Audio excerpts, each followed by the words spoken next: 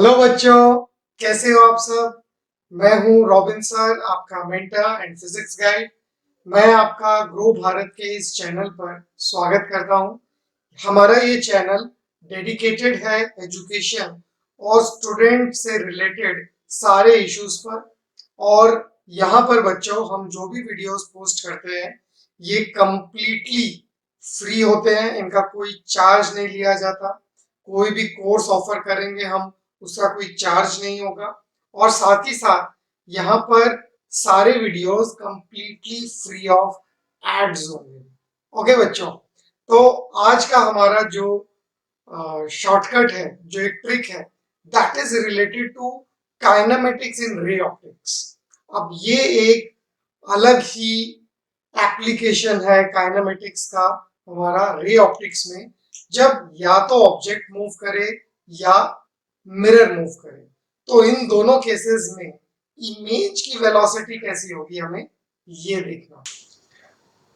Plane mirror के case में जो हम पहला केस देखेंगे वो हम ये देखेंगे कि अगर हमारा मिरर रेस्ट पर है और अगर ऑब्जेक्ट मूव कर रहा है तो इमेज की वेलोसिटी क्या होगी।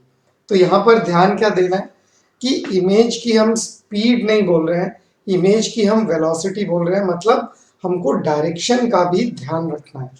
तो यहाँ पर अगर ऑब्जेक्ट, ये अगर मैं प्रिंसिपल एक्सिस मान लूं, that this is the principal axis जिसके अबाउट हमारा ऑब्जेक्ट मूव कर सकता है, और this is the shortest distance between the object and the mirror. तो अगर ऑब्जेक्ट की वेलोसिटी मिरर के टुवर्ड्स है, okay, so this is called the parallel velocity. तो ये प्रिंसिपल एक्सिस के अगर पैरेलल मूव करता है देन व्हाट हैपेंस, देखो अब जो यहाँ पर ये जितना डिस्टेंस है ऑब्जेक्ट का, इमेज का भी उतना ही डिस्टेंस होना चाहिए हर एक इंस्टेंट पर। अगर ऑब्जेक्ट मिरर से अगर 50 सेंटीमीटर आगे है तो प्लेन मिरर में इमेज भी 50 सेंटीमीटर पीछे होगी, और जैसे जैसे ऑब्जेक्ट डिस्टेंस होगा उतना ही इमेज डिस्टेंस होगा। तो ये अगर पैरेलल कंपोनेंट है तो इमेज की velocity would be this much only, इतनी ही वेलोसिटी रहेगी। सो देयरफॉर हम ये बोल सकते हैं कि इमेज की velocity in parallel to the principal axis is opposite to that of the object along parallel direction. Okay, और अगर ऑब्जेक्ट को हम परपेंडिकुलर डायरेक्शन में मूव कर रहे हैं, सो this is the perpendicular direction. Perpendicular direction में तो आप देख सकते हो कि मिरर के सामने जितना ऑब्जेक्ट जाएगा इमेज भी सेम स्पीड से ऊपर जाएगी। So therefore velocity of image in perpendicular direction will be the same as velocity of object in the perpendicular direction. तो बच्चों जनरली ये ऑब्जेक्ट की वेलोसिटी इमेज की वेलोसिटी को बहुत ज़्यादा अफेक्ट नहीं करता है, सिर्फ डायरेक्शन का रिवर्सल होता है, वो भी in the case of your parallel to the principal axis. अब देखते हैं अगर मिरर मूव करे तब क्या होगा। अब अगर हम देखें कि मिरर अगर मूव करे और ऑब्जेक्ट अगर रेस्ट पर हो तो किस तरह से सिचुएशन चेंज हो। तो यहाँ पर एक बड़ा ही डिफरेंट रिजल्ट क्या है, दैट मिरर अगर x distance towards the object अगर जाता है और ये इमेज मान लो इनिशियली यहाँ पर थी, तो इमेज जहां पर आ जाएगी आई डैश, ओके, क्योंकि क्या होगा कि जितना भी ऑब्जेक्ट डिस्टेंस है इमेज डिस्टेंस हमेशा उतना ही रहना चाहिए। तो ये प्रूव किया जा सकता है that I dash is 2x।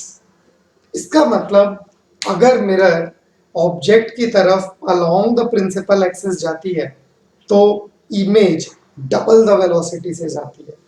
सो इसको अगर हम यहाँ पर सम अप करें इस रिजल्ट में, so image velocity in parallel direction that is equal to twice, लेकिन उसी डायरेक्शन में, So therefore velocity of mirror in parallel direction.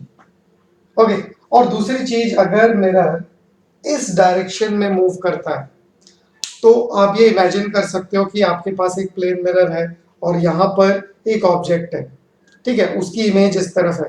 तो अगर हम मिरर को मूव करते हैं तो इमेज मूव नहीं होता है। अगर ऑब्जेक्ट रेस्ट पर है, इमेज और मिरर को आप परपेंडिकुलर डायरेक्शन में मूव कर रहे हो, तो इसकी जो इमेज बनेगी that will at the same spot. तो इसका मतलब अगर हम मिरर को एक परपेंडिकुलर डायरेक्शन में मूव करवाएं, ओके, ये डायरेक्शन हमारी velocity of mirror in parallel direction है।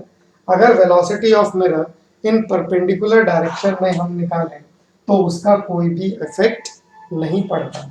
Therefore, velocity of image in perpendicular direction due to mirror, that will be your zero, or no effect or velocity of mirror in perpendicular direction, इसका power zero है, ठीक है, कि इस पर depend नहीं करती।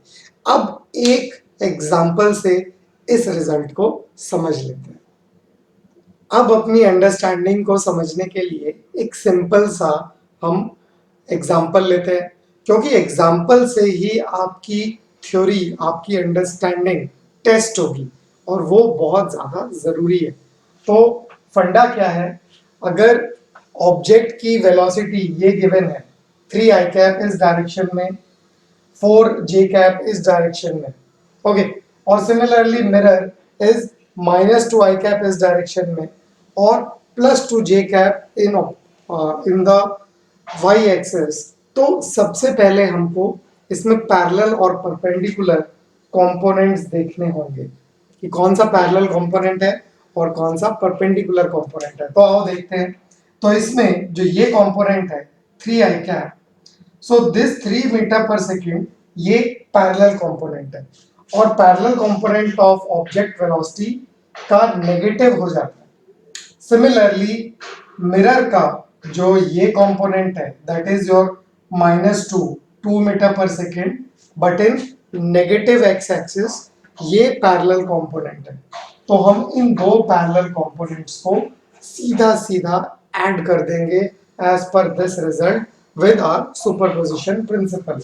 सो वेलोसिटी ऑफ इमेज क्या हो जाएगा, ये कंसिस्ट करेगा एक पैरेलल कंपोनेंट और एक परपेंडिकुलर कंपोनेंट। ओके, अगर हम पैरेलल कंपोनेंट की बात करें तो पैरेलल कंपोनेंट में इन दोनों को ऐड करें तो 3 इधर है, तो ये -3 i कैप हो गया ऑब्जेक्ट की वजह से, और मिरर की वजह से जो भी डायरेक्शन थी -2 i कैप की उसका ट्वाइस हो गया। तो this plus 2 into -2 i cap, ये हुआ इसका पैरेलल डायरेक्शन। अब अगर परपेंडिकुलर डायरेक्शन की बात करें तो परपेंडिकुलर यहां पर होगा 4 मीटर पर सेकेंड। ओके, ये हुआ 4 मीटर पर सेकेंड और मिरर का अपवर्ड डायरेक्शन में हुआ 2 मीटर पर सेकेंड, लेकिन उसका कोई इफेक्ट नहीं होगा।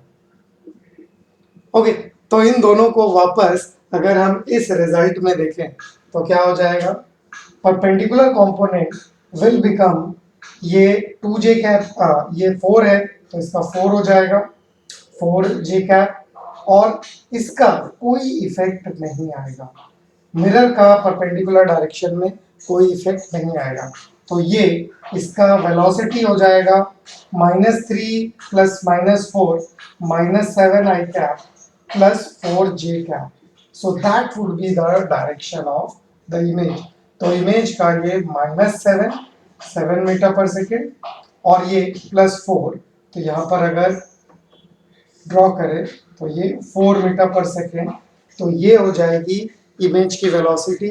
अब आप इसका स्पीड भी निकाल सकते हैं। अगर आपको स्पीड निकालना है तो speed of the image will be your -7 का स्क्वायर प्लस 4 का स्क्वायर का स्क्वायर रूट, जैसे हम अपने कंपोनेंट से निकालते हैं। तो इस तरह से आप इन सारे क्वेश्चंस को सॉल्व कर सकते हैं। ओके बच्चों, तो कैसी लगी आपको ये ट्रिक कैसे काइनेमेटिक्स हम रे ऑप्टिक्स में लेकर आए। इसमें हम आगे स्फेरिकल मिरर्स का भी करेंगे जो थोड़ा सा एडवांस्ड एप्लीकेशन है, लेकिन ये एप्लीकेशन हमारा नीट में, हमारा MHCET में, हमारा जेईई मेंस में, एनडीए के एग्जाम में इजीली आप यूज कर सकते हैं। ओके बच्चों, तो मिलते हैं हम अपने नेक्स्ट वीडियो में।